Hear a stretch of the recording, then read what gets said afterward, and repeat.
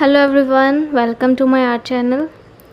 तो हमने बंगाल स्कूल का इस पैराग्राफ तक कर लिया था। आज हम अगला टॉपिक करेंगे।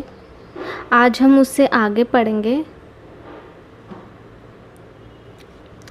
इन 1907 Shri E.B. Havell, Abanindranath Tagore and his brother Gaganendranath Tagore founded the Indian Society of Oriental Arts, whose aim was to encourage traditional Indian art of painting with the help of progressive artists. तो 1907 में E.B. Havell, Abanindranath Tagore and his brother Gaganendranath Tagore ने Indian society of oriental arts को establish किया, जिसका main motive ये था कि ये सोसाइटी जो सोसाइटी थी वो Indian traditional art of painting को आगे बढ़ा सके विद प्रोग्रेसिव आर्टिस्ट की हेल्प के साथ। मतलब इस सोसाइटी का मेन मोटिव था कि हमारे इंडियन ट्रेडिशनल आर्ट को आगे बढ़ाए with the help of progressive artist, जो अच्छे एंड प्रोग्रेसिव आर्टिस्ट होते हैं ना, उनकी हेल्प के साथ। There were 30 Britisher and 5 Indians in this organization and the director was Lord Kitchener। तो वहाँ पे 30 तो ब्रिटिशर थे एंड 5 जो थे इंडियंस थे। ठीक है, इन्होंने इनको ऑर्गेनाइज़ किया और जो इसका डायरेक्टर था वो लॉर्ड किचनर था। जो लॉर्ड किचनर ब्रिटिश आर्मी में सीनियर थे। In 1908, an exhibition of painting was organized in which painting of Shri Abanindranath Tagore, Nandlal Bose, K. Venkatappa, Gaganendranath Tagore and Shailendranath Dey were exhibited। 1908 में एक exhibition लगाई painting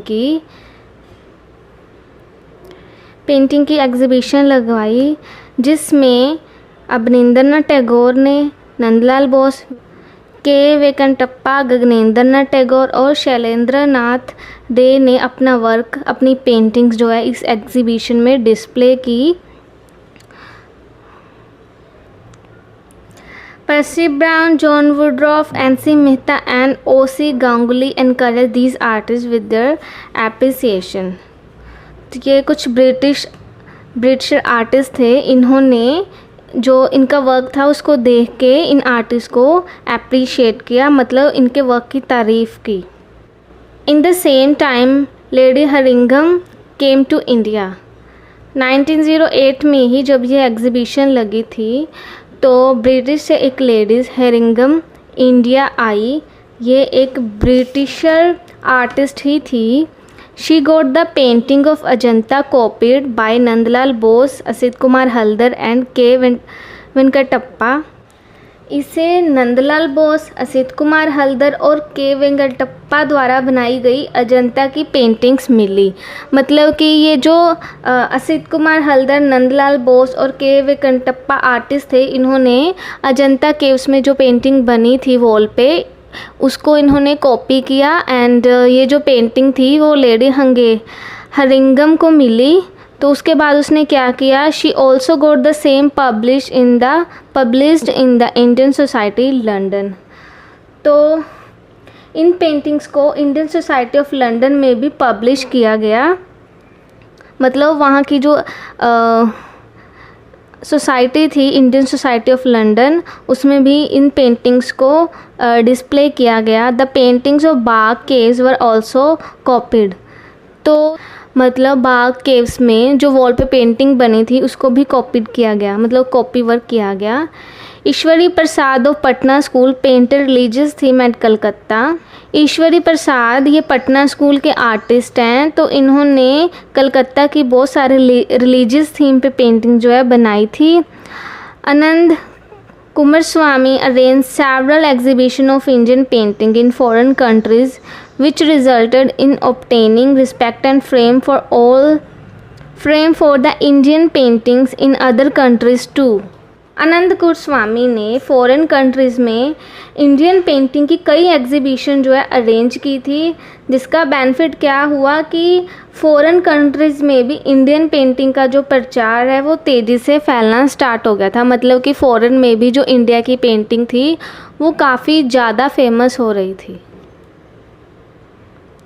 This renaissance of Indian art spread in every corner of the country after starting from Bengal school.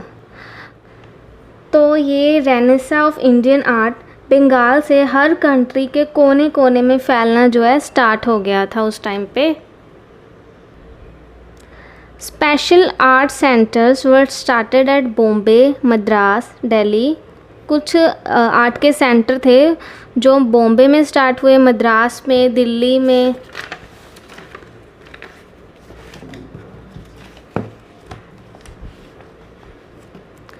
Punjab, Gujarat, Lucknow, Jaipur and Hyderabad में, in places पे कुछ main centre थे art के जो start किए गए।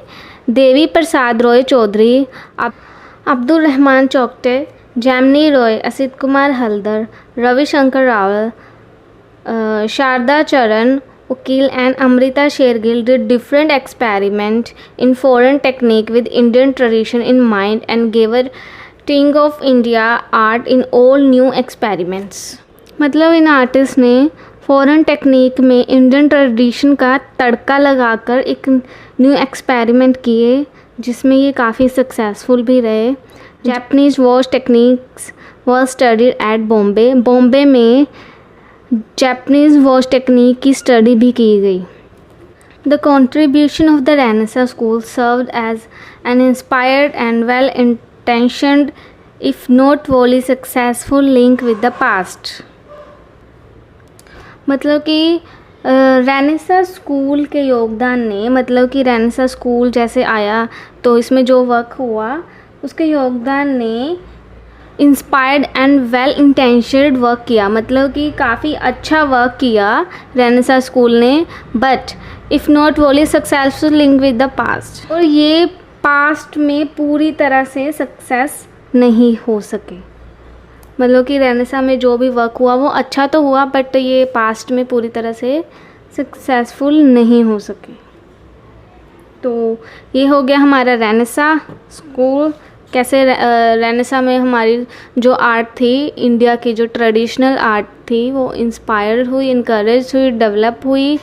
तो इसमें आप देख सकते हो कि बहुत सारे आर्टिस्ट थे, तो उन्होंने क्या क्या हार्डवर्क किया, मतलब क्या क्या उन्होंने अपनी इंडियन ट्रेडिशन आर्ट को बचाने के लिए क्या क्या किया, कितने एक्सपेरिमेंट किए, ये सारा बंगाल स्कूल में हुआ। तो नेक्स्ट वीडियो में हम इसके सब्जेक्ट मैटर पढ़ेंगे बंगाल स्कूल में। मतलब कि जो पेंटिंग बनती थी उनकी थीम क्या थी, उनका कंटेंट क्या था, उसके बारे में हम पढ़ेंगे। तो इस वीडियो से रिलेटेड अगर आपको कुछ समझ नहीं आया तो प्लीज़ आप मुझसे पूछ लेना। Thank you for watching.